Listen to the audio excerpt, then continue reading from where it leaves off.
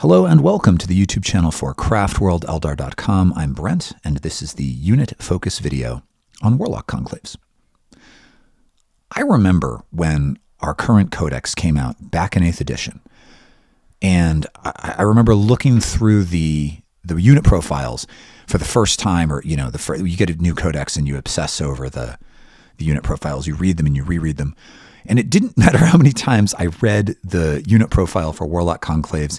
It just seemed self-evidently terrible to me. I could not imagine why anybody would include this unit in a competitive list.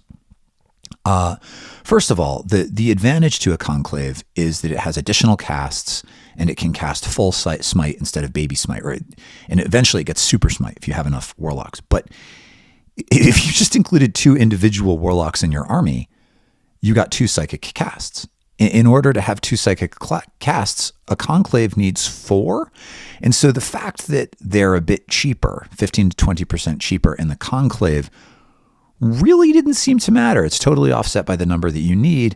And then on top of that, I think the big red flag for me was that they lose the character designation. And so all of the rules that help you keep your characters alive. Now it's Look Out, Sir. It was different back in 8th edition, but the rules that make it hard for your opponent to target your characters and just blast them off the table do not apply to Warlock Conclaves. They have no character keyword. So let me get this straight. I can spend way more points for 2 casts and lose the character designation, or I could not do that. It just seems crazy. The only other reason that you might include a conclave, it seemed to me at the time, was to use it as a dedicated melee unit, because those Witchblades, they wound anything on a 2+, which is pretty cool. But Warlocks only have 2 attacks, and Witchblades have no AP. So not a great dedicated melee unit, especially for the cost. I no longer feel this way about Warlock Conclaves, in part because the game has changed, right? A lot is different from the early days of 8th edition 40K, back when, I don't know, overly distressed jeans were still a fashion trend, and people were still talking about how Leonardo DiCaprio ate a raw bison liver in order to finally get an Oscar, right? The world is a different place now. In part, it's the arrival of Psychic Awakening. So the Psychic Awakening supplement, the Phoenix Rising book, made some new builds possible for Craftworlds players that hugely increased the damage output of a Warlock Conclave, combined with the 9th edition focus on objective control, and then the durability that you can give conclaves, and some changes to the meta. Conclaves are actually really good. They're super powerful. I think of them as sort of our equivalent of like Magnus the Red or Mortarion, this very expensive sledgehammer unit that's both really hard for an opponent to shift and just absolutely devastating in terms of what it can do on the table. But it's also hugely points intensive. So, and just to be clear here, the conclave, the type of conclave I'm going to focus on in this video is a large conclave of Warlock Skyrunners. I think there are reasons why this is so when I say it's a great unit, that's what I'm talking about. 4 footlocks running around with your Farseer in your backfield, I think is still not a great use of points. I've gotten some emails from some readers who are really into small conclaves, and they make some pretty good arguments, I think. But on the whole, I'm not totally persuaded, and so this video is going to focus on how to use large conclaves in competitive play in some very particular ways as a sledgehammer unit. For those of you who are in internet land totally despairing at the implication that drawer of metal foot warlocks that you've been hanging on to since 3rd edition is not about to be the greatest Eldari weapon since Vol made 99 magical murder swords for Kane, don't despair. Although I'm going to focus on a large Skyrunner conclave, and I really think that is the best. You can use the build that I'm going to talk about the most in this video. You can totally use a version of it with footlocks, and although it's not as competitive, it's totally solid for competitive casual games, And you can certainly have a lot of fun with that build. But focus is definitely the Skyrunners, the mobility and the extra wound, and there's just a bunch of reasons. The Shuriken Fire, frankly, there are a bunch of reasons why it has the edge, even for the increased point cost. In a moment, I'm going to take you to the table, and I'll show you some models, and we'll talk about not only what the build looks like, because it's a little bit more nuanced than just take a bunch of Warlocks. There's a certain way to do this.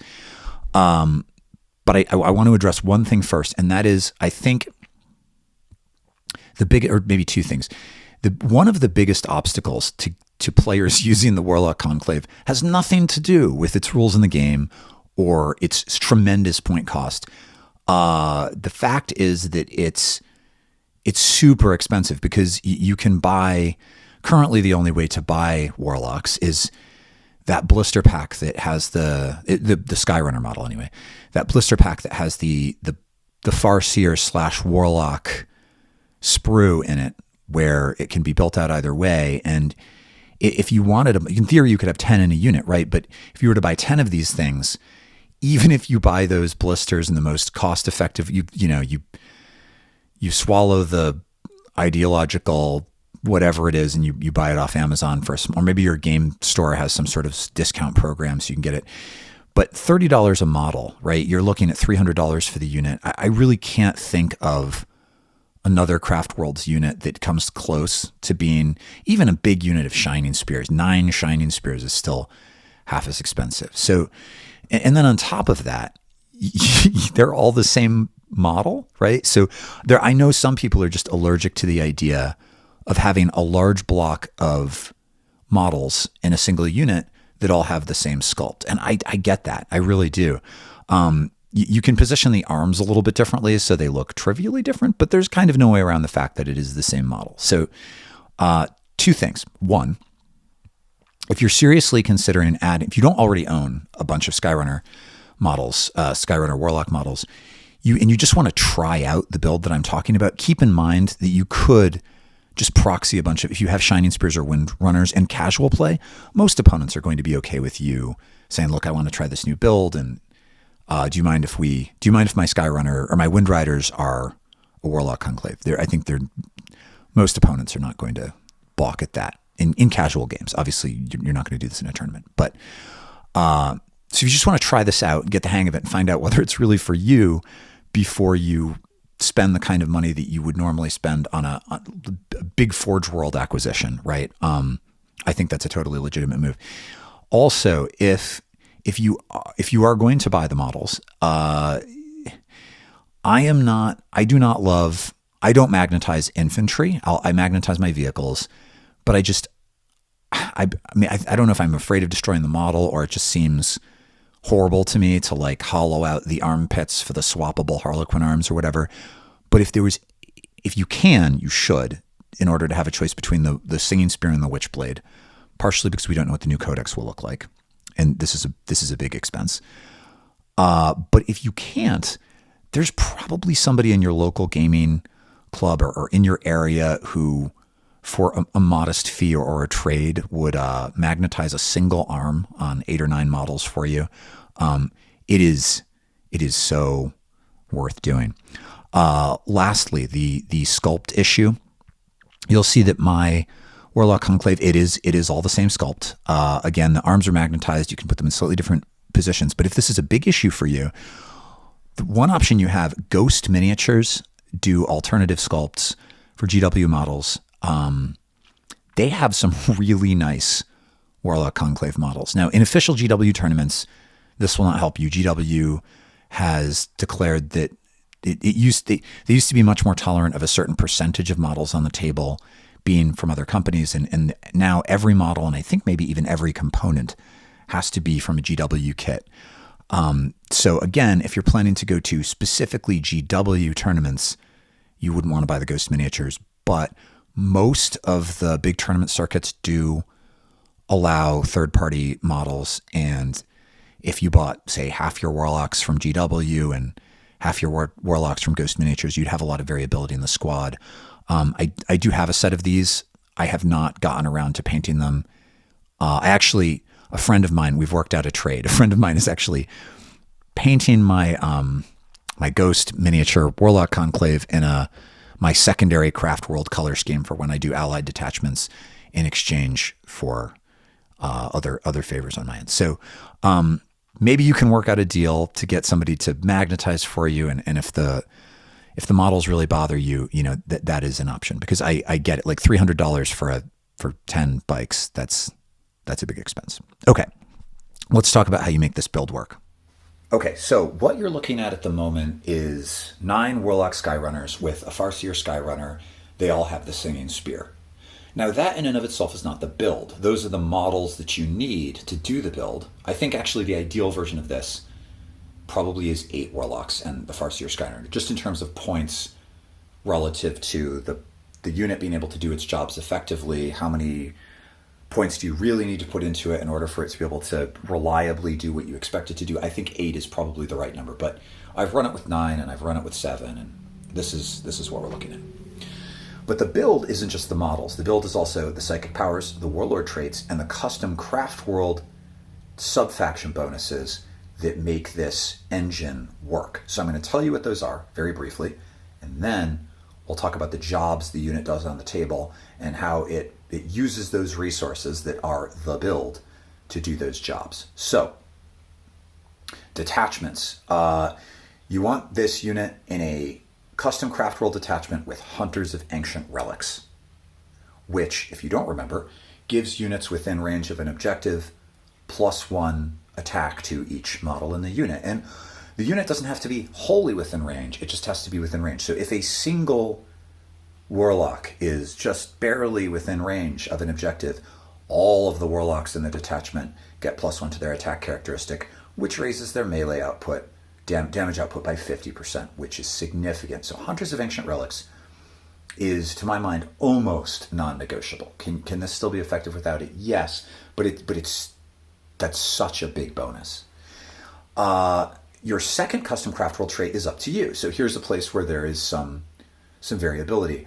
Practically speaking, you are probably going to end up with expert crafters, because so many units benefit from expert crafters, and Hunters of Ancient Relics and expert crafters is a powerful combo, especially for MSU units of Shining Spears, which you can run alongside a Warlock Conclave very effectively. And so that's probably what you're going to end up using in competitive play, but you don't have to. It works perfectly well if you need this in a detachment that's, for its second trait, using Masterful Shots or Masters of Concealment, right? You get -1 to hit outside of 12 inches. That actually can be good for the Conclave on turn 1. But if all things being equal, if you didn't need to worry about the other units in the detachment, in addition to Hunters of Ancient Relics, you would want Children of Prophecy.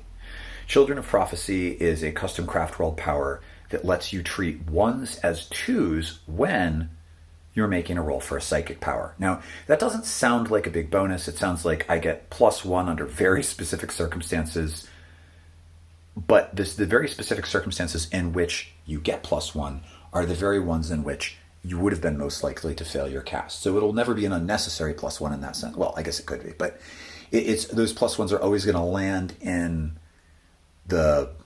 So you can think of it this way. If you have a power with a warp charge value of 7, and you roll a 1 on one of your die, well, now, under normal circumstances, you would only succeed with a 6.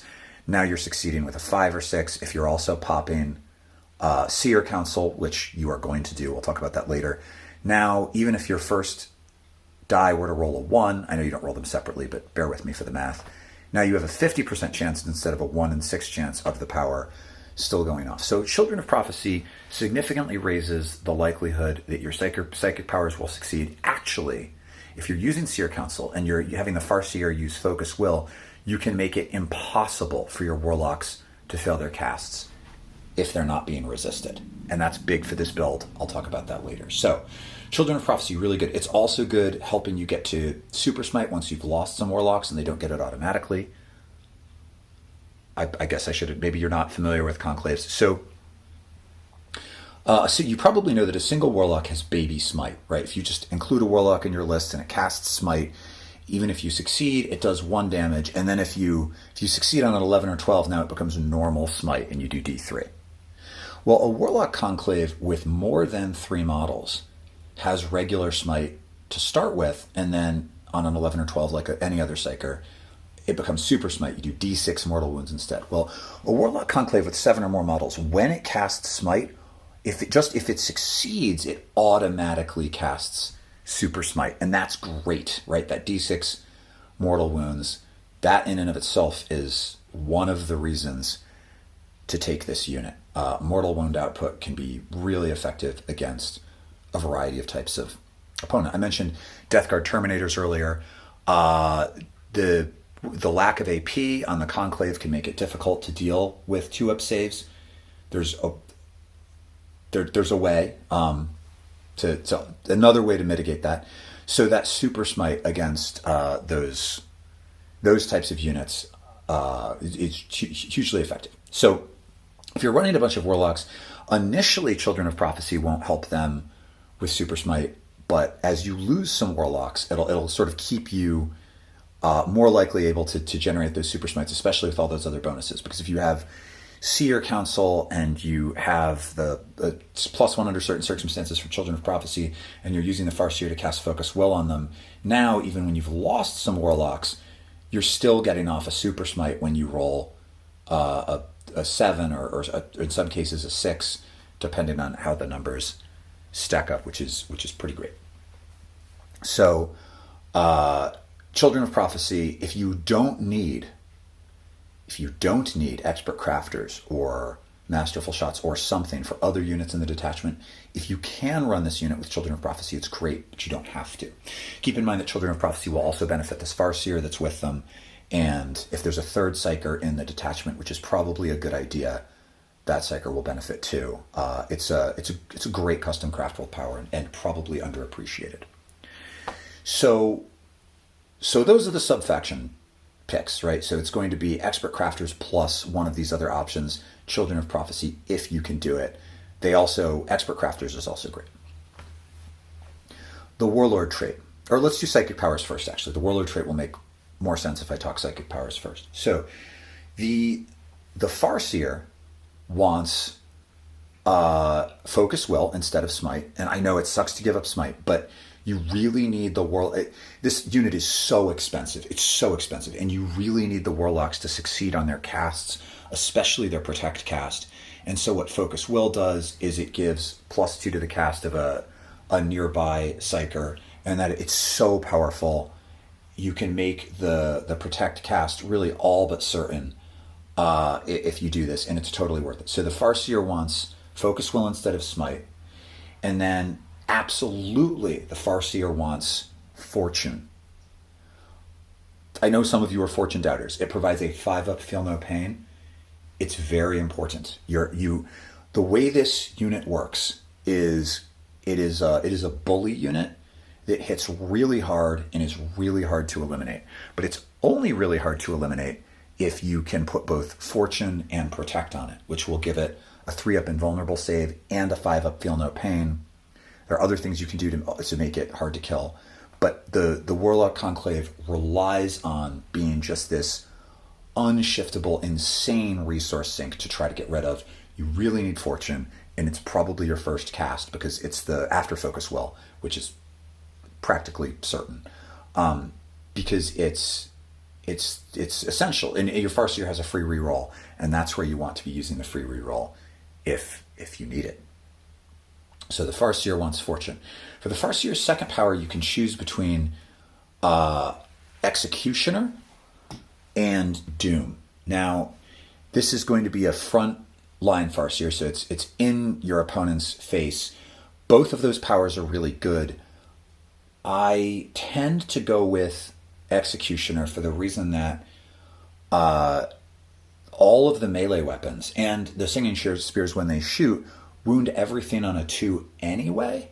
So the rerolls provided by Doom to wound, at least for these units, are not that powerful. Now, yes, you could be casting Doom on some other faraway unit that your Dark Reapers are shooting or something, and that is a solid choice. And if you want to do that, please do. It's a great build. But if we're not necessarily focusing on the other stuff in our list, Executioner makes a lot of sense because not only do you not really, you don't need to be rerolling all of your wound rolls with Doom because you're wounding everything on 2s anyway, at least with the spears. But if you really want to reroll those ones, there's a way you can do that. You can use the Runes of Witnessing stratagem, which will let nearby units around the Farseer and the Farseer reroll 1s to wound. So you would get the same. All of these models would be as though they had Doom, except the Shuriken Catapults. Yes, they would be rerolling only their 1s to wound and not everything else. But if you also have Expert Crafters, you'd be rerolling all of your 1s to wound and 1-2. So that would be everything with the Singing Spears in both melee and shooting, and probably most of your Shuriken Fire too. So I don't think you really don't need Doom for these models. So Executioner, that just adds to the mortal wound output. The Warlocks are doing Super Smite. The Farseer is doing Executioner. That does D3 more. Its warp charge value is 7. It does D3 mortal wounds, and if you kill at least one model, you then do another D3 mortal wounds. So this block, the Farseer plus the Warlocks, is doing D6 plus 2D3 mortal wounds before they've even gotten to the shooting phase. I mean, you can see what just an absolute sledgehammer this is as a tool. I call it the Hammer of Isha because I'm a nerd and was uncool in middle school.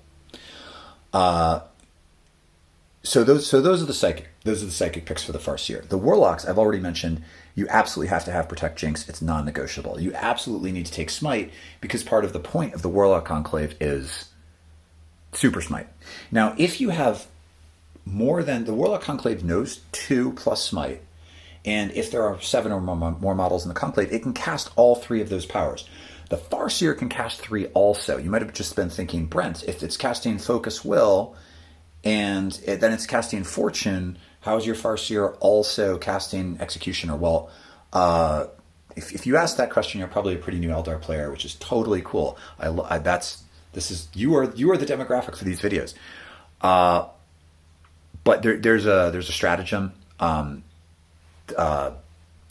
crazy psychic mastery stratagem that lets the Farseer cast the 3rd power for a CP. Now, you're also probably already sensing, based on what I said about Runes of Witnessing, which you're generally not going to use, but this is a CP-hungry unit. It is.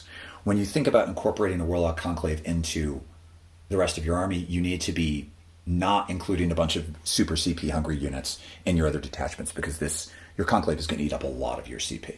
A great deal of it. I guess I'll talk more about that at the end. What kinds of lists this functions best in. So they take Protect Jinx, they take Smite, and then for the 3rd power, I really like Enhanced Drain.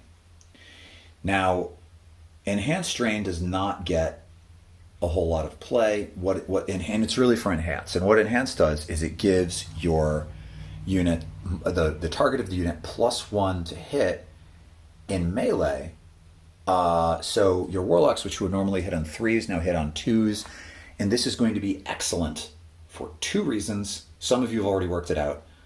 One, you're cutting in half the number of times the Warlocks miss in melee.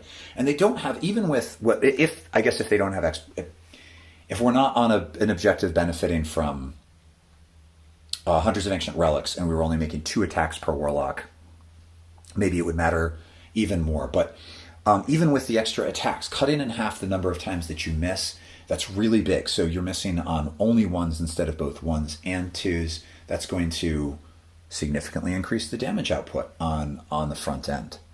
So the downside to taking Enhance as your 3rd power is that you're not taking Quicken. And Quicken, I think if there's a standard way of doing this that like elite players use, it often involves Quicken. I actually don't think Quicken is the stronger build. It's great, and if you want to do it, please do, right? Because with Quicken, this unit, so the Skyrunners move 16 inches, and then they can charge. And if you have Quicken, they can move 32 inches and then charge. They basically threaten the whole table. But there are a number of reasons why I don't think Quicken is necessarily the strongest third pick for them. I think a better move is to say give Quicken to a Wraithseer with D-Cannon, because that's a unit that doesn't require, it's in maybe this same detachment, because that's a unit that will benefit from Expert Crafters if that's the other power you're running. It can benefit from Hunters of Ancient Relics. It doesn't require any CP to make a Wraithseer good. And on turn 1, which is probably the turn, or maybe 2, probably the turn where you're going to want to quicken them after their initial move, you could do it such that they're still close enough to the Wraithseer that the Wraithseer can probably quicken them. But there are obviously other units that you could give quicken to also, if you really need to do it. And a little bit later in the video, I'm going to demonstrate how to use the quicken build, but I'm going to start with not the quicken build. I just love Enhance because, in addition to the math that I just talked about, having your misses, it has beautiful synergy with the Warlord trait that is the right trait for this build, and that is Ambush of Blades. And the way Ambush of Blades works is that on a 6 to hit, the attacks of units close to the Farseer, on 6s to hit, assuming the Farseer is the Warlord, it will be in this case, have a -1 AP. So you see how this works, right? With Enhance, now on both 5s and 6s, because Ambush of Blades is not natural 6s, it's not unmodified 6s, it's just 6s. So now all of your hit rolls of 5 or better are a -1 AP. Witchblades have no AP, so that's a huge obstacle that you need to play around, and this is a great way of playing around it. So if, let's say you have 8 Warlocks in your Conclave, and they get into melee. Well, that would be 16 attacks, but if they're on an objective with Hunters of Ancient Relics, now math, now it's 24 attacks. And they're re-rolling one of those for Expert Crafters if this is an Expert Crafters unit, and if the Farseer Skyrunner is nearby, and it will be, with those 24 attacks re-rolling 1, they're now hitting on 2s, and on 5s, they have -1 AP. And Witchblades wound anything on 2s. And so, you're going to have a third of your attack, so your attacks are hitting on 2s, wounding on 2s, and then a third of them are going to be -1 AP. -3 damage. And that's how you can overcome stuff like Terminators or stuff that has a 2-up save. Against stuff with a 3-up save, generally you have a high enough volume of attacks and it's easy enough to wound that you can still do some real damage even if they were making a 3-up save. But if you have Ambush of Blades active also, wow.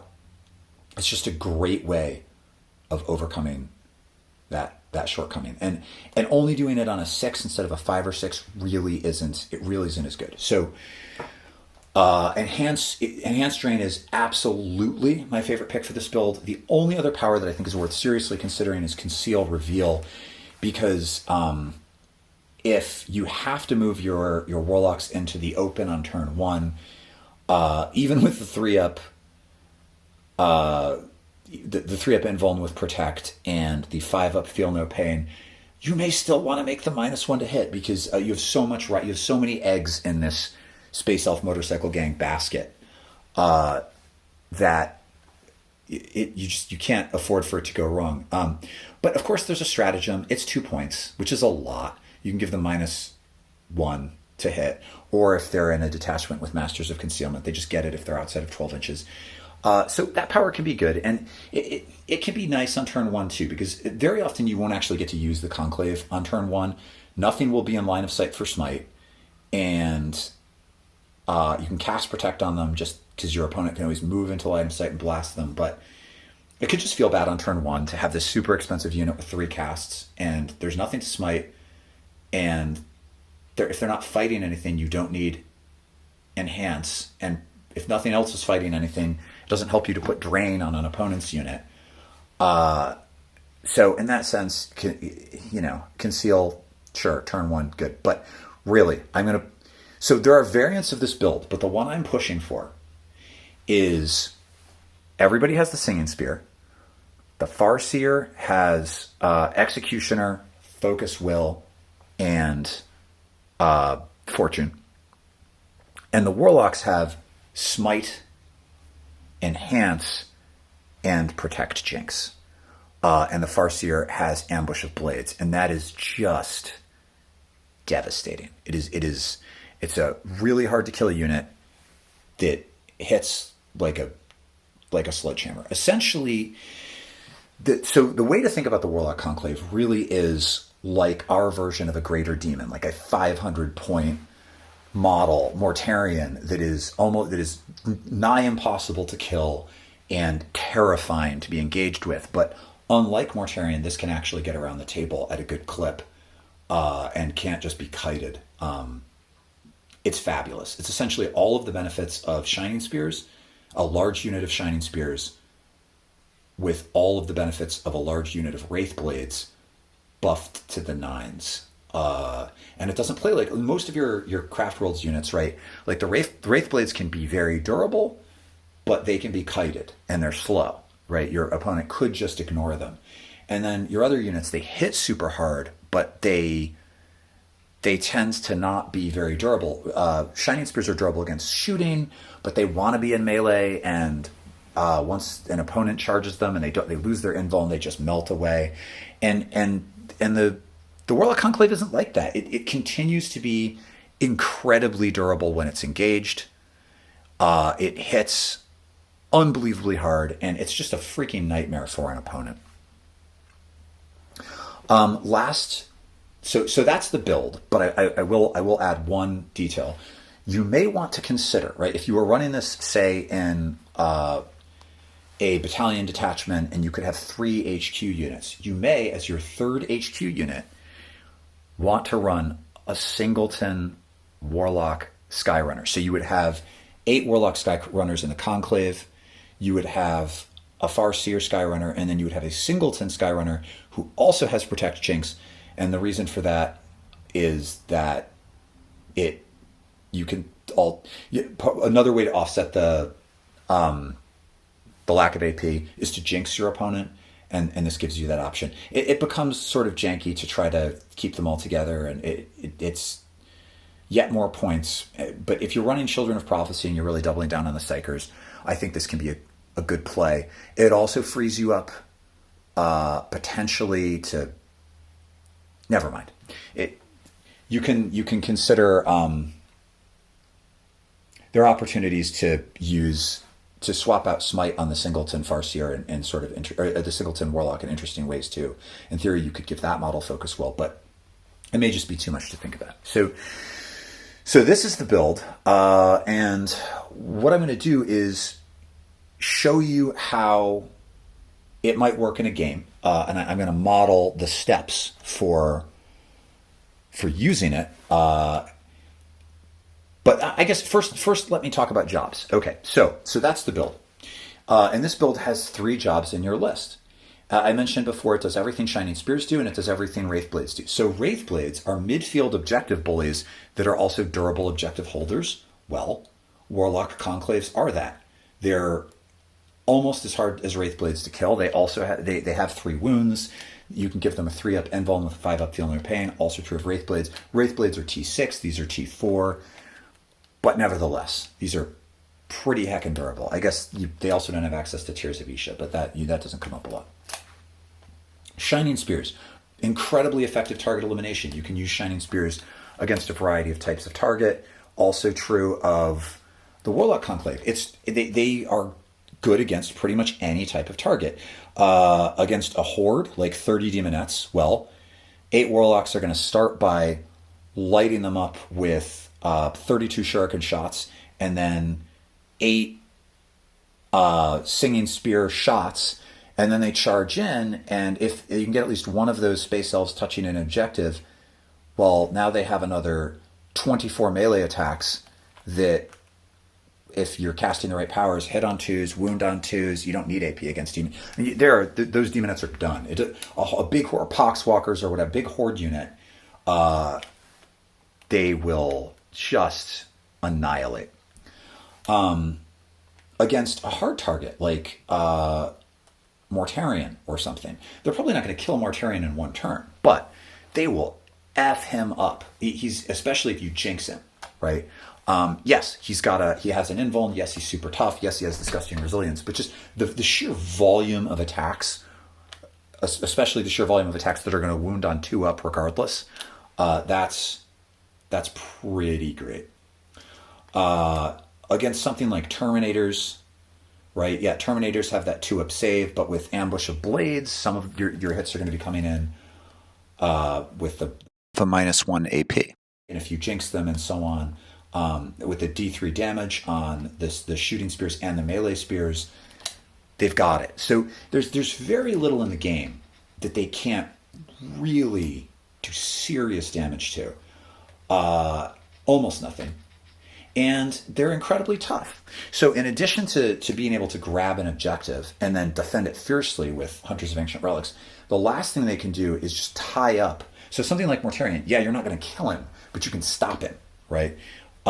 You tie him up in melee, and you make it difficult for him to continue his progress on the table. So they're a tar pit unit, they're a killing unit, and they're an objective control bully unit. That's a lot of utility built into one single tool. Okay, so what I've set up here is a situation that one might encounter in an actual game where you're using the Warlock Conclave that I just suggested in competitive play or pseudo-competitive play. I'm going to run you through how it works, sort of the order of operations and the considerations that you need to be aware of while you're making decisions about how to use it. So here's what we're looking at. We're looking at 8 Warlocks, which is the number I think is ideal, and a Farseer, Skyrunner, in the foreground, all with spears.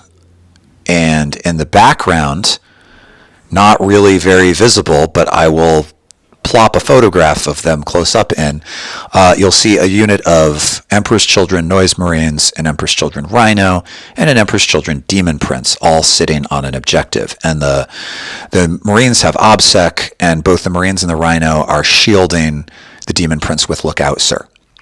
So I'm imagining maybe it's turn 1 and my opponent went first and has grabbed this objective just forward of her deployment zone, or maybe it's turn 2 or a later turn in the game and I've set this up, right? I'm out of line of sight of my target, and I'm planning to jump it on my turn.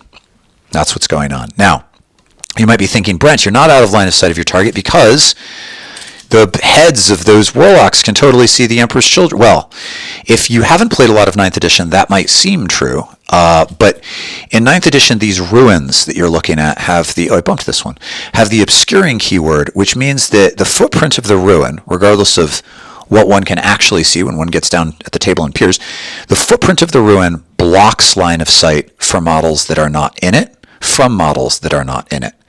So because the ruin is between the bikes and the Emperor's Children, it blocks line of sight.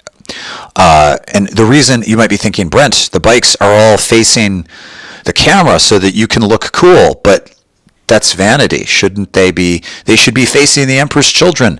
Vanity is the first step to falling to She Who Thirsts. And I say to you, concerned craft world Puritan, that you are not wrong. Vanity is dangerous, but that's not why they're facing the camera. They're facing the camera for a very practical reason. One, when bikes measure movement, or when they measure for the purposes of engagement, you measure from the base.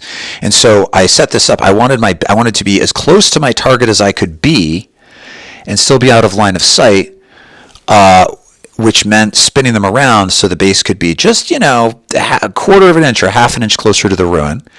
And the other concern is that if I were to turn them around and go and keep them just as close, but spin the bike around, this front one, the nose of the bike would stick out. And even though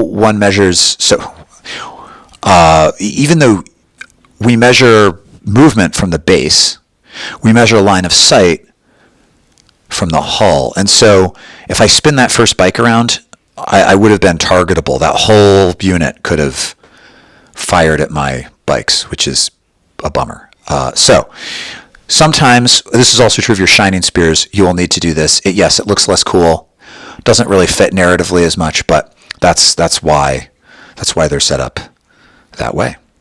Okay, so what I'm going to do is I am going to start with movement, and because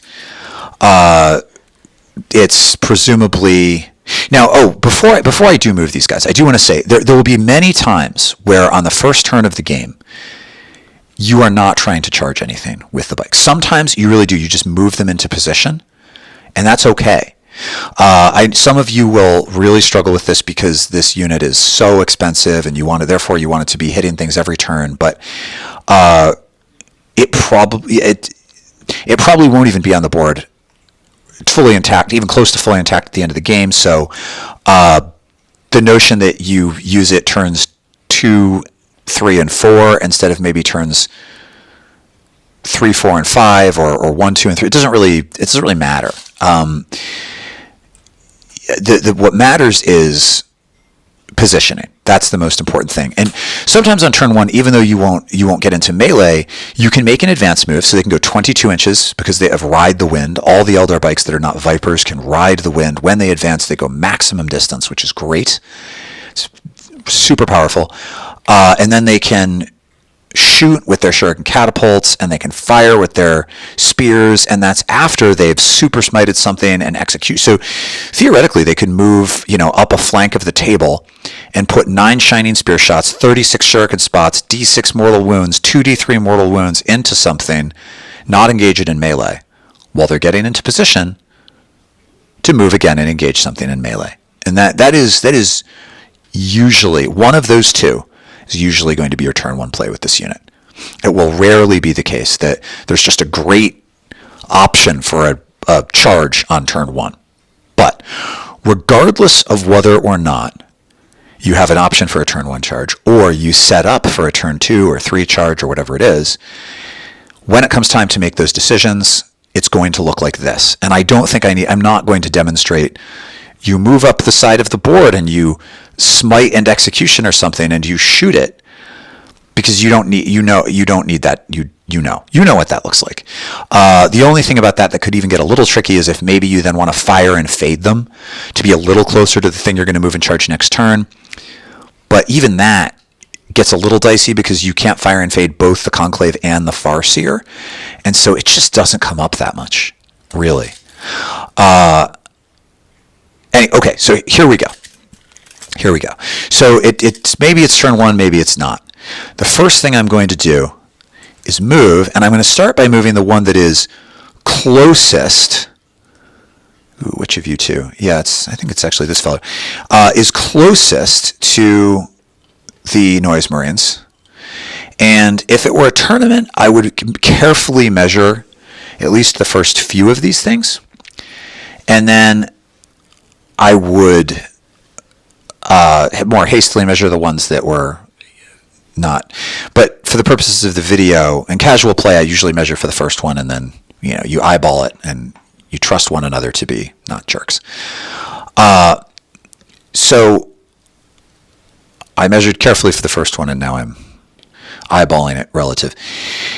And you'll notice that as I move them, so here's the first concern. I'm keeping them flipped around in order to maximize the closeness of the base. And you'll notice that I'm going to leave a hole in the middle, and the reason that I'm leaving a hole in the middle is to give myself somewhere to put the Farseer. And this is super important because you want your Farseer to still benefit from Lookout Sir, and you want your Farseer to be as close as possible to the combat. I actually probably could have done this better if I had, because there's no reason, if the Farseer isn't going to charge, there's no reason not to ride the wind with him, but he probably can charge in this situation. So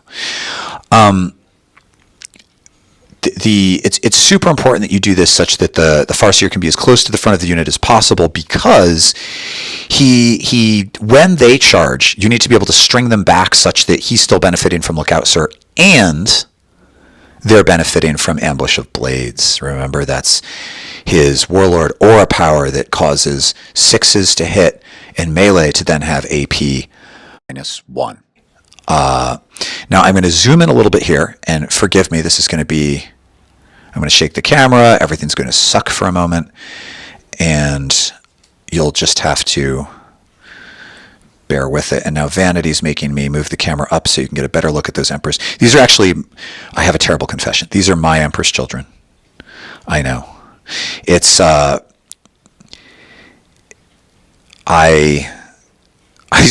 I made this Crone World board. I'm sure you've probably seen it in my other videos. And of course, I had to get some Slaanesh demons to take photos of on my Crone World board, because when you have a Crone World, you need some Slaanesh demons. And then they obviously needed some help from some Emperor's Children, because they don't have a lot of shooting. And before you know it, you have 3,000 points of Emperor's Children that you only use in casual play, and Slaaneshi demons. And that's how you fall to Slaanesh. Craft Worlds have my heart. I rarely, 75% of my games I play. I do have a bunch of other armies, but I'm almost certainly in competitive play, I'm pretty exclusively Craft Worlds. So I've set it up. Now, I'm close enough that I could not fail the charge on the Emperor's Children. There's just no way. It's a 1-inch charge. However, that's not the consideration. There's 0% chance I'm going to be charging those Emperor's Children. They're all going to die. Because, and this is the thing, when you set up a charge with, and this is true of Spears too, but it's more true of Warlock Conclaves, because the damage output from the psychic powers is so considerable. So it's not the Spear. When I'm making my tactical decisions, I'm not making them with reference to where I am relative to those Marines, which I'm going to kill before. But what I'm doing is I need to see where I am relative to that Demon Prince, which he's the one. I really want to F the Demon Prince up in melee. And the Rhino, I could take or leave. So what I'm going to do is I'm going to start by, but incidentally, I just checked, I need a 6-inch charge to get to the Demon Prince. Now, with the CP reroll, I have 2 attempts, and the average roll on 2d6 is 7. So I have a pretty good chance of making that charge. It's okay if I don't. As long as my defensive powers go off, it's okay if I don't. It certainly would be much better if I did. Now, I can count on eliminating all of the Emperor's Children for sure. The only place where the decision gets a little quirky is whether or not I decide I want to declare a charge exclusively on the Rhino, so that I know that I can get on the point and strip my opponent of it, or if I want to multi-charge and get the Demon Prince in there too, in the hopes of either killing him or doing enough damage that I can kill him in melee on my opponent's turn. And I'm going to want to do that. Demon Prince is pretty powerful, and I just want to kind of show off how great the Warlock Conclave is, so we should do maximum damage.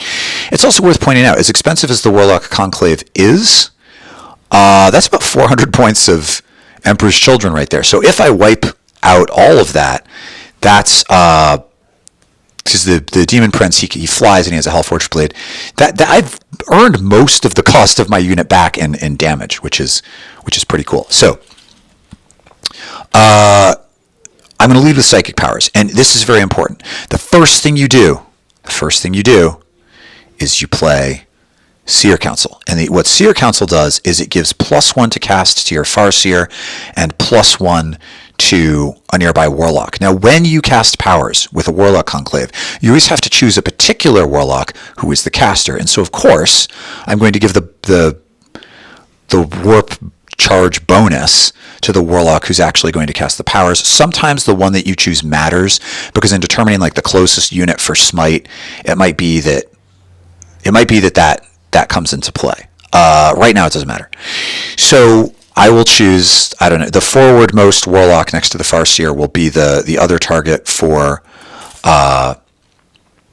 Seer Council, and so I will have +1 to cast with my Farseer and +1 to cast with that Warlock. And I will trigger the Farseer first. And the first thing I do is I cast Focus Will on the Warlocks. Now, Focus Will takes the place of Smite. It's one of those Psychic Awakening powers that can replace Smite. And if successful, it gives the target +2 to its Psychic casts. Now, I'm pretty sure Focus Will has a Warp Charge value of 4. And I guess it then becomes almost impossible for your Warlocks to fail certain casts if you have Children of Prophecy. So this is how this works.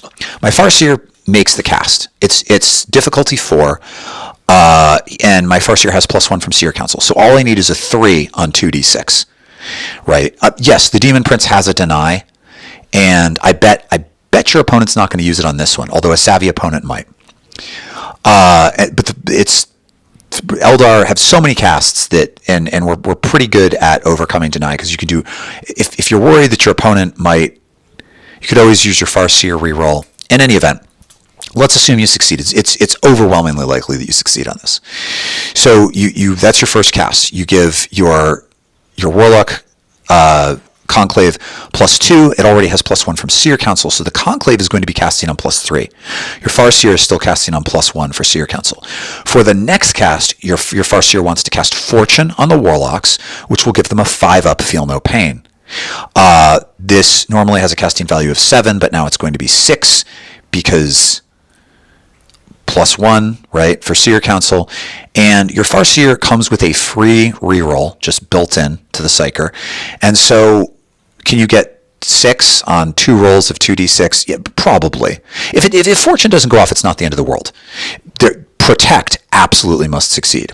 Fortune is really, really good. You want it to go off, especially in this situation, for reasons that you'll see later. But it's not the end of the world if it doesn't, but probably we get it. If we only need to get to a 6 on 2d6, probably we get it. Now I have an important decision to make. I have to decide whether or not I'm going to spend 1 CP for Unparalleled Mastery to also cast my third Farseer power, Executioner. And I'm going to. And the reason that I'm going to is that I want to maximize my odds of wiping out all of these Noise Marines such that I can use some shooting attacks on the Rhino. I probably don't really need to use Executioner here. But again, I'm getting a kick out of showing you the full potency of all of this. So there are reasons why in competitive play you might want to rethink it. You're just going to leave the Rhino alive because you can't shoot the Demon Prince anyway. But we're going to do it. Let's say I attempt Executioner. And I just said I want to show you the full power. I was going to say maybe I fail this one, right? Because I already used my reroll, and I'm just not getting statistically average dice rolls even, and I fail this one, in which case no problem. But if I succeed, great, and if I succeed, I do D3 mortal wounds, and then as long as I kill at least one model, I do D3 mortal wounds again.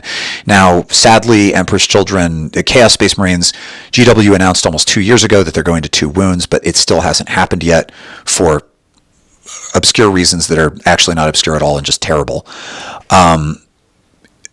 It's a marketing decision. But so let's imagine that an average roll, right, would be 4 mortal wounds. Let's assume I do a little worse.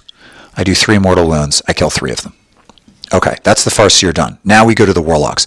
Now they're going to lead with Smite. Part of the reason we're leading with Smite is if we're going to draw the opponent's Deny, and it hasn't come out yet on the Farseer, now's the time, right? Smite is the one that we really... It's great if it goes off, but Protect is the one we really need. Smite is D6 Super Smite. Most opponents, if they have only a single Deny, like that Demon Prince has, will want to use it up on either Executioner or Super Smite, or Doom, but we're not running Doom. So all I need to do is get to 5, and I'm casting at +3. And if you're running Children of Prophecy, literally the worst thing you could get is a 5. It can't fail. And if you're not running Children of Prophecy, you'd only fail in Snake Eyes. So the average would be 3.5. I could say, well, last time I intentionally lowballed it, so I could make it an average at 4. But we're actually not going to do that. We're going to assume we only get 3 of them. So in both cases, we could have hoped very reasonably to kill 1 more. But this is kind of worst case scenario. And now it's shooting. And what I'm going to do, or is that right? Oh, no, excuse me. Now it's Protect. So I'm at +3. Protect has a Warp Charge value of 7. I only need to get to a 4. And if necessary, I'll use a reroll. This is definitely the place you want to use your Psychic Command reroll, because you need Protect. They need to be able to get to 3++, and ideally also 5+++. They're so expensive and they're so useful, you need to be able to keep them on the board. And Fortune, in some ways, Feel No Pain saves are the new invulnerable saves, because increasingly armies have some way to remove or reduce an invuln save. It used to be that Craft Worlds was pretty special with this, but we're not anymore. Sisters of Battle have an aura power that just strips it. Emperor's Children here, actually, there's a Dark Hereticus Psychic Power Death Hex. It's Warp Charge value 8, hard to pull off, and they don't have any bonuses, but it does strip the invuln save out completely. And this is another reason I definitely want to kill that Demon Prince. Now, I can tell you when I run this list, when I run that Demon Prince, he never has Death X. He does something that makes him better in melee. But nevertheless, he's got to go. And it's just another reason why having that fortune power really is helpful. There's yet another reason, which you'll see in a minute. So, to shooting. Now, had I gotten slightly more statistically average results earlier, what I would do is I would lead by, if there were only 3 Emperor's Children left there, I might lead by trying to have my Farseer eliminate them. Instead, what I'm going to do is put all on the Warlock Conclave is going to put all, let's see, 8, 16, 30, all 32 Shuriken shots into the Emperor's Children and 8 spear shots that do D3 damage and wound on a 2+ into the Rhino. Probably that's going to wipe the children. Almost certainly. It's going to wipe the children. It would be very bizarre if it didn't, because they get the -3 AP on 6s with 32 shots. It should kill them all. And it should do, with no AP on those Singing Spear shots. I do have Expert Crafters. So say I hit with 6 after Crafters. If I roll poorly, I should wound with all of them with Crafters, and then it's going to fail twice, so it's going to take 2d3 damage. With no AP, it saves on a 3-up. It'll take 2d3 damage, so it's a bit messed up. And now in this situation, I now shoot it with the Farseer shoots it with everything. So the Singing Spear and 4 Shuriken shots, all hitting on 2s, wounding on 2s and 5s respectively, and then maybe there's AP on some Shuriken shots. It'll probably take another couple of damage. I might do better than that, but it's pretty messed up at this point. It won't take much in melee to destroy it. And now, sorry, I cast Protect with my Warlocks, and then before shooting, they also cast Empower, or Enhance rather, on themselves, so they're going to be hitting on 2s in melee. And if I whiff that, it's okay, especially in this situation, because actually, in this situation, you wouldn't want to do that, because you're not okay. Sorry, because against the Demon Prince, it might make more sense to drain the Demon Prince and make it harder for him to hit you back in melee. But let's just, for simplicity's sake, we cast Enhance on ourselves, so we hit on 2s. And the reason I say you wouldn't want to do that is that one of the reasons to use Enhance is it also gives you +1 for the purposes of Ambush of Blades. So instead of just your 6s to hit, having a -1 AP, your 5 and 6s to hit have a -1 AP, which is great against stuff like Terminators or other bikes or just anything with good armor, Space Marines. But the Demon Prince is just relying on his demonic save really most of the time. Wait, does he have a 3-up natively? Actually, I should know. He's my model. Maybe it matters with him. I don't remember. I think it does. I think he does have a better save. Yeah, I think he's got a 3-up natively, so it matters. I just lied to you instead of just falling back on his demonic save. So it matters. We cast Enhance. And now what we want to do is perform a charge. Now, we need a 6-inch charge, and we have a CP reroll in our back pocket. We should be able to do this. If it doesn't work, if we fail twice, it's okay. It's not ideal, because we're not taking the point away from our opponent, and we're going to get charged by that Demon Prince. But with Protect and Fortune, we could take a hit from the Demon Prince if we needed to and easily kill him next turn, and pile onto the objective. It would be totally fine. But what we're hoping for, certainly what's better, is if we succeed. And with 2 rolls, you should be able to succeed on a 6-inch charge. And I'll declare a multi-charge on the Rhino. And so let's imagine that with 2 rolls, I managed to get to a 7, which was an average roll on 2d6. That would make it really easy for me to get several guys. Even a 6 would be fine. I could still probably get the same number. But what I'm doing here is I'm positioning such that, because in 9th Ed, the way this works is that your models have to be either within 1 inch of the target or within 1 inch of a model that is within 1 inch of the target. And so all 5 of these bikes, that's another reason why having them facing the camera makes a lot of sense, is because it's easier to stack them on the target for the maximum number of attacks.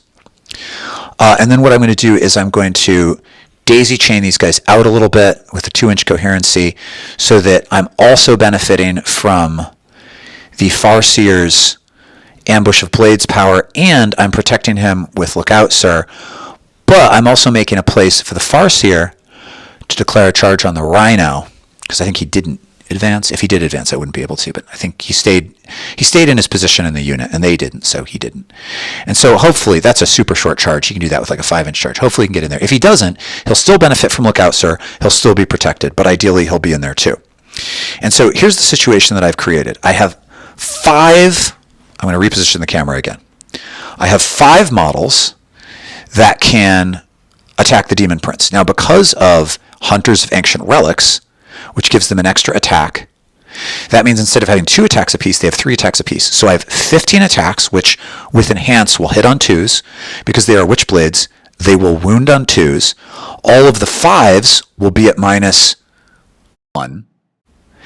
And then the rest of them, he's going to be saving at his full save, but that's 15 attacks hitting on 2s with a reroll for crafters, wounding on 2s with a reroll for crafters. 5s are special, and each one does D3 damage. I think he has 8 wounds.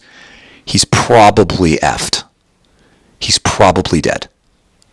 And then I have the Farseer and I guess it looks like 2 bikes, maybe only 1 bike, to bang on the Rhino.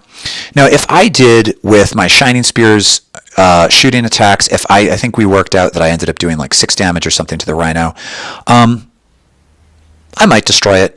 It doesn't matter if I don't. If I don't, I've still... It's great if I do, because then my unit...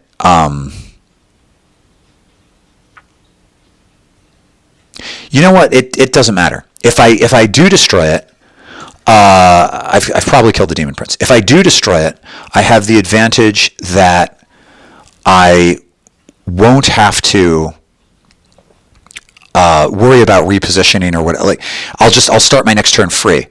But honestly, if I don't destroy it, it might actually be good, because then during my opponent's shooting phase, either my opponent will have to fall back with the Rhino. That's probably what will happen, right? My opponent will probably fall back with the Rhino, and then the Rhino's not doing anything. I have the point, though. I've stripped my opponent of the point. I've got a big sledgehammer in the middle of his backfield, and it's got a 5-up Feel No Pain and a 3-up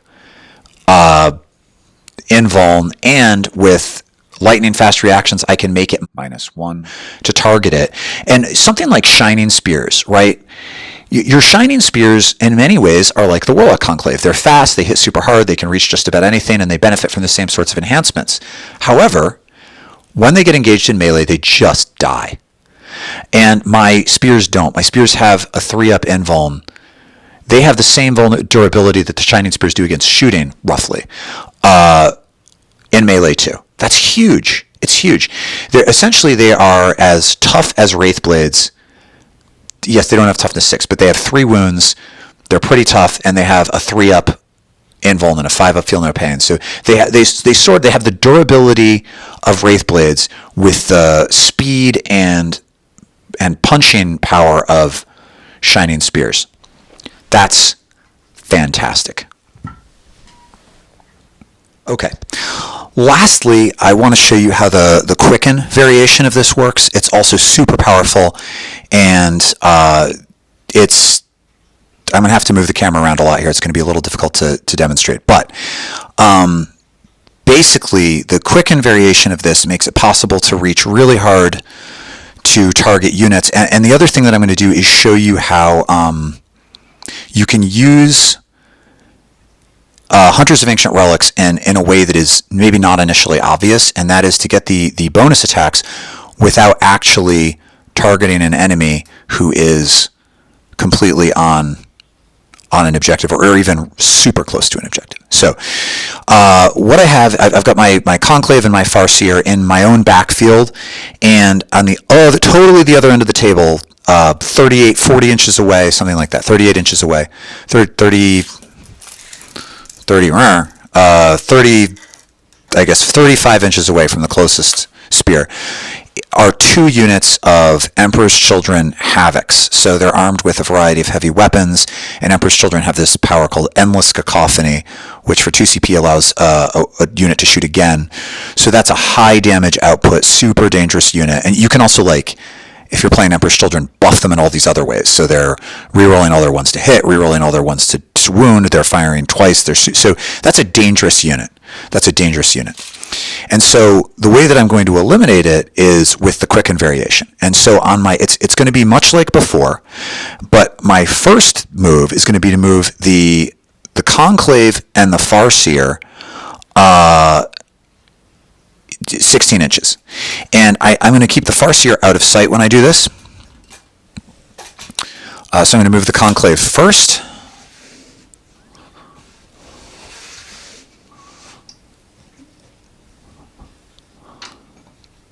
And then I'm going to put the Farseer around the side corner. Let's see, am I going to even be able to see this on the video? So I'm going to move this forward piece of terrain so you can see what's going on. But obviously in a game it would still be there. So I'm putting the Farseer just out of line of sight and I'll turn his nose so he's actually out of line of sight of the opponent, so he's still going to be pretty safe. Now, ideally, if this were a real game and I had other units on the board, I would want to move something else up next to that Farseer, ideally, like a Wave Serpent or something, so you could continue to benefit from Lookout Sir and not just rely on being out of line of sight, but being out of line of sight is a good start. So to start with, I move both units. And then in my Psychic phase, I trigger the Farseer first. This is very important. I trigger the Farseer first because I want to put all the buffs on the Warlocks. I want them to be able to benefit from Focus Will before and Seer Council, right? So I pop Seer Council. And in order for Seer Council to work as a bonus, you have to be next to the Farseer. And in order for Focus Will to work, you have to be next to the Farseer. So I trigger the Farseer first, I lead with Focus Will, I do Fortune. This time I'm not spending a CP on another power.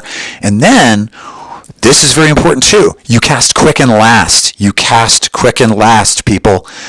I lead with, if there's anything to smite, I smite it. I use Protect Jinx, and maybe, I'm casting it a +3, so I should be able to succeed, but maybe if I really need Quicken to go off, depending on what's on the board, especially if it's late game, maybe, like if the last thing on the board that was really dangerous to my unit, I might not, in fact, protect them. I might rely on aggression and fortune. Sometimes in a situation like this, you are better off just if you fail on it's pretty hard to fail when you have +3, but if you were to fail, you might want to use your reroll and protect and just have them sit there. They can probably survive there for a turn, and it's sad. But let's assume it's a judgment call based on the threat level of other things on the board relative to the things you're targeting and how much more play you need with the Conclave. Let's assume that we're able to succeed, and we only need a 4 on 2d6. It's not that hard. You're able to succeed on Protect, and then you cast Quicken, and here's where you want to use your reroll if you need it. And again, you just need to get to a 4, and on 2d6, especially with 2 rolls, if you have a reroll, you should be able to do that. And now I'm going to move 16 inches again, and I'm going to be very crafty. So my forward-most model, I'm going to move the camera here so you can really see what's going on. I'm going to come around to the other side of the table. We're going. Yeah. Yep. Okay. So here are these sneaky pants. Ooh, is this a better spot? Here are these sneaky pants Havocs, staying out of line of sight. Not super close to this objective, but close enough for my purposes.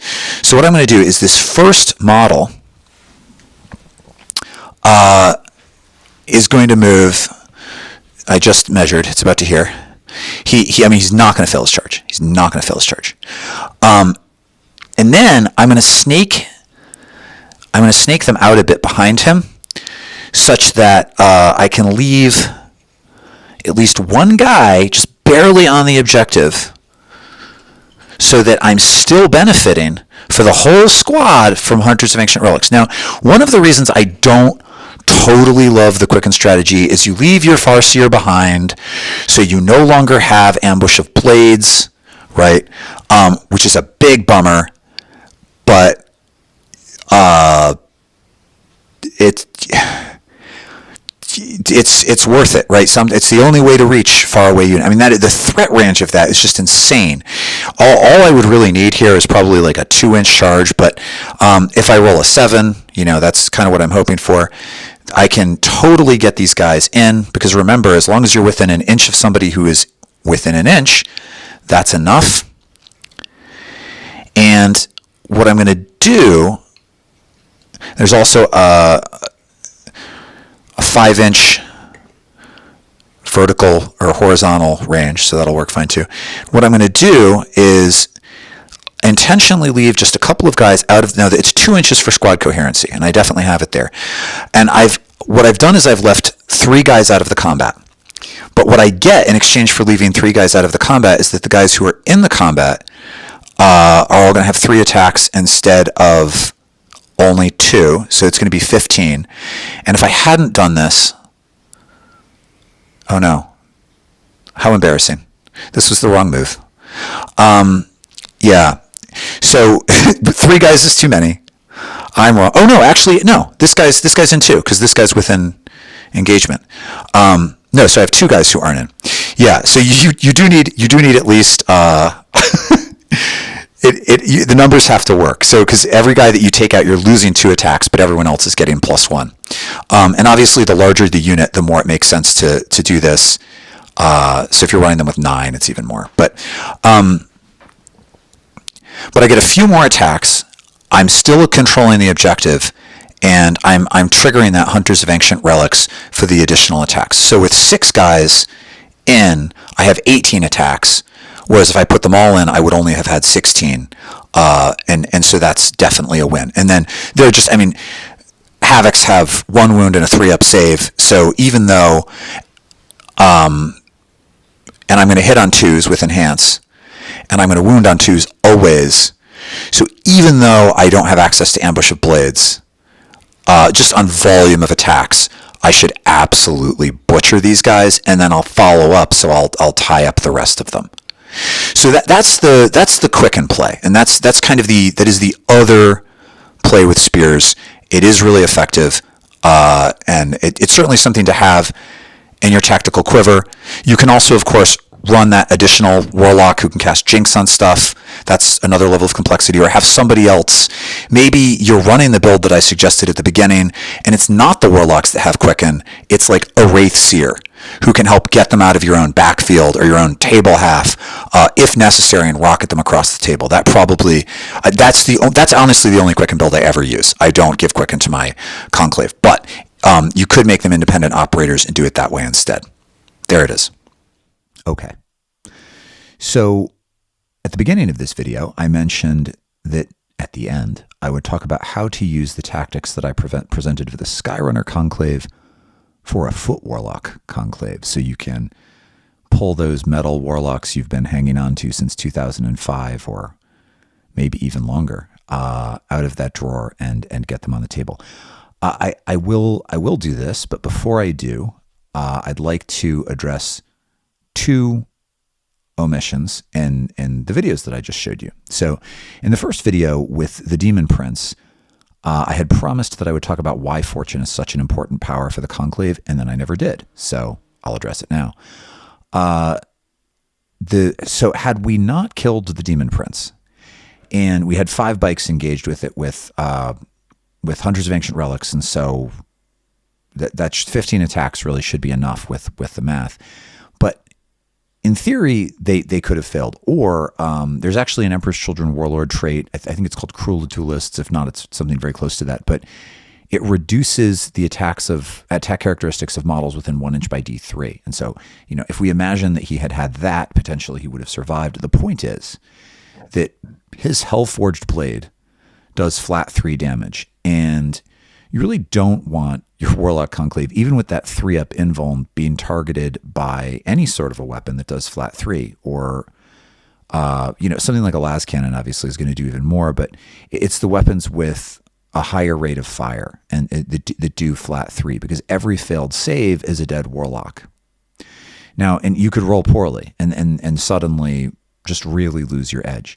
So the advantage to Fortune in addition to just the obvious fact that, it makes them more durable.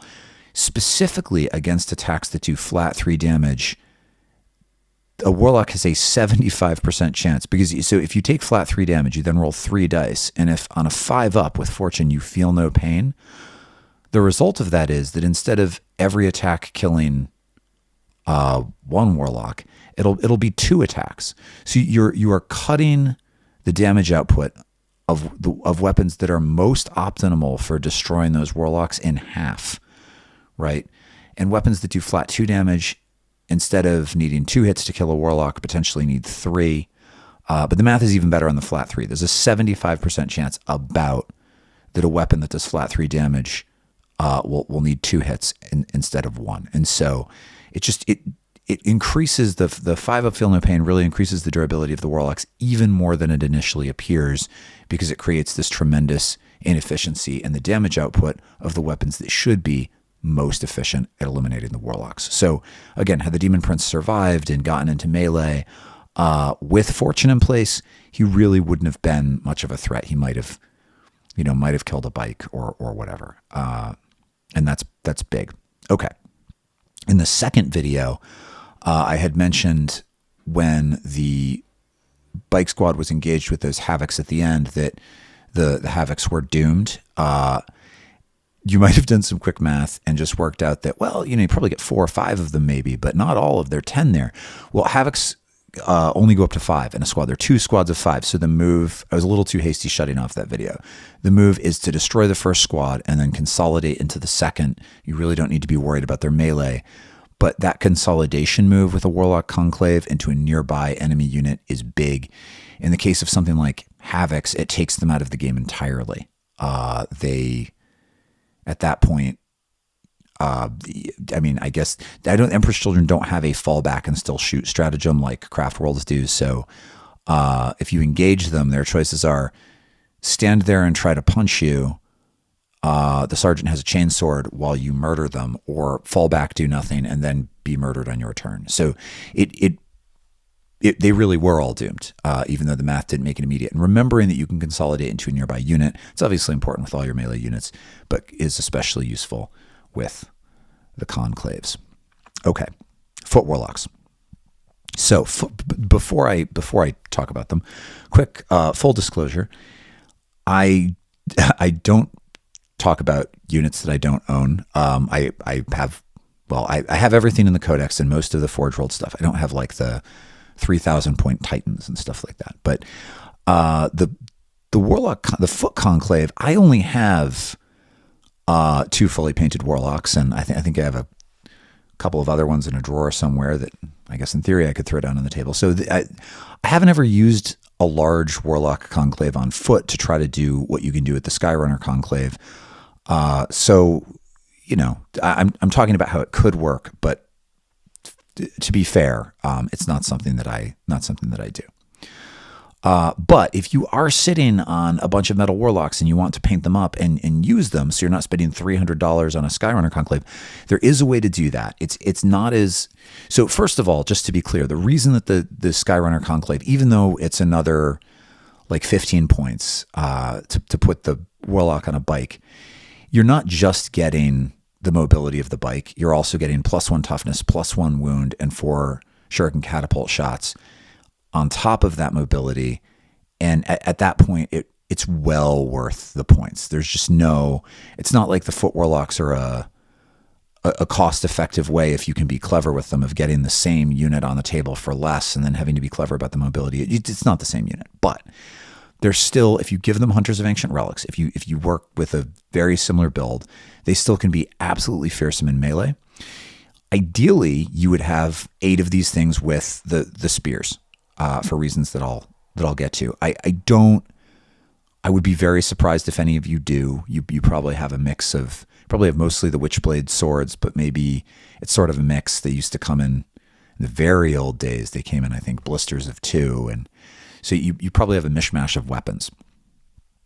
So really, those in order for those to be effective, they really do want to fight on an objective, and you can make them just as durable. You can give them the 3-up invuln with the 5-up feel no pain, and they can do the super smite. They can do all of the things. They have a lower toughness. They have 1 wound less. They don't have the shuriken fire. And of course, they don't have the mobility. But there's a way to overcome the mobility issue. And you might be thinking, yes, I put them in a wave serpent. No. I mean, you could. It's okay. But the problem with the wave serpent is you basically give up the more efficient.